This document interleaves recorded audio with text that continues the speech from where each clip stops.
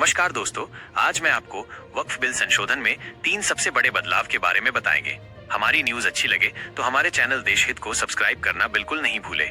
तो दोस्तों, वक्फ संशोधन विधेयक की चर्चा अब हर तरफ गर्म है। लोकसभा ने इसे मंजूरी दे दी है और अब बारी है राज्यसभा की।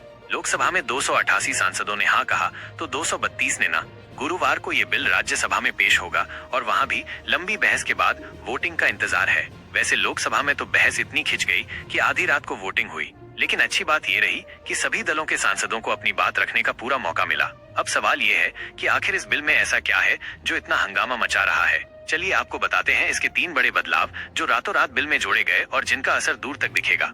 पहला बदलाव और शायद सबसे बड़ा ये कि अब संरक्षित स्मारकों को वक्फ संपत्ति नहीं माना जाएगा। जी हाँ, बिल के क्लॉज 4 में संशोधन के बाद ये साफ हो गया है कि जिन स्मारकों को एएसआई या राज्य सरकारें संरक्षित करती हैं, उन्हें वक्फ का दर्जा नहीं मिलेगा।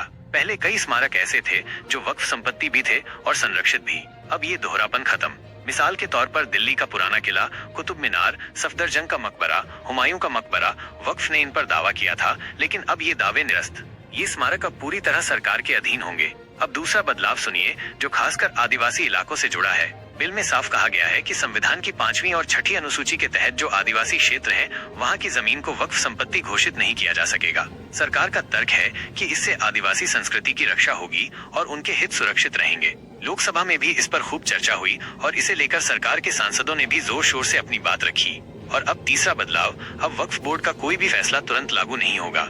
इसके लिए 45 दिन की टाइम लिमिट होगी और इस दौरान डीएम उसकी स्क्रूटनी करेंगे, यानी वक्फ बोर्ड की राय अब अंतिम नहीं रहेगी। सरकार का कहना है कि इससे पारदर्शिता आएगी और प्रशासन का दखल बढ़ेगा।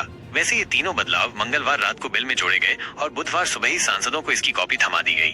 तो ये थे वो 3 बड़े बदलाव जिनसे वक्फ संशोधन विधेयक सुर्खियों में है। अब राज्यसभा में क्या होगा ये तो गुरुवार को पता चलेगा, लेकिन इतना तय है कि इस बिल का असर लंबे वक्त तक दिखेगा। अब क्या सोचते हैं? अपनी राय कमेंट बॉक्स में जरूर दें।